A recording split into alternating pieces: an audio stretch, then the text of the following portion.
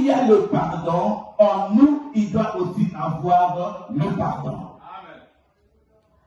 C'est ça ce qui fera que, bien aimé, nous puissions attirer la faveur de Dieu vers nous. Pourquoi? Parce que plus tard, la Bible souligne que tel qu'il est, tel que nous serons. Alléluia.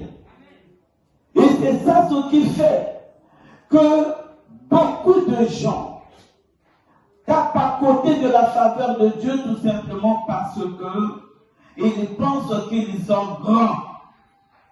Bien aimé, même Jésus l'a dit, que le royaume de Dieu, pour y accéder, il faudra que tu sois comme un enfant. C'est-à-dire, un enfant, même si tu le tapes maintenant là, quelques minutes seulement tu l'appelles, il viendra. Alléluia. Un enfant ne ferme pas de rancune à une bonne personne. Vous m'entendez? Un enfant, même si tu le punis maintenant là, tu le chasses, tu constateras qu'il n'ira pas loin.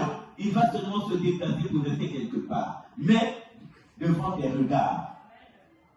Tout en sachant, peut-être que je vais avoir attiré sa faveur, et voilà, il va encore m'appeler.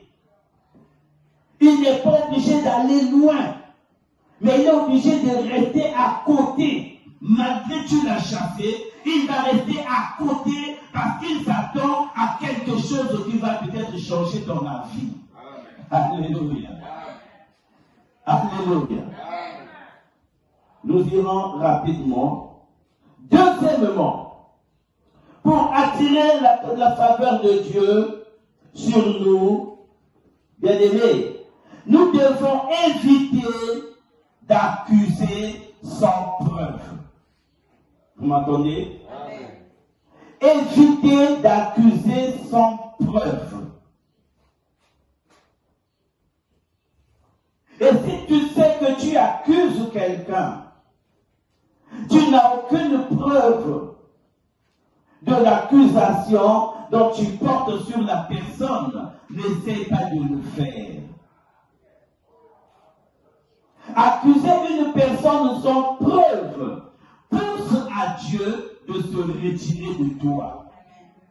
Vous m'entendez? Accuser une personne sans preuve bloque les grâces que Dieu a mises à ta disposition. Accuser une personne, bien aimé, on n'accuse pas parce qu'on a entendu. Vous comprenez? N'accuse pas. N'amène pas le problème parce que tu as entendu parler de ça. Et toi aussi tu accuses. Non. Parce que on peut même oublier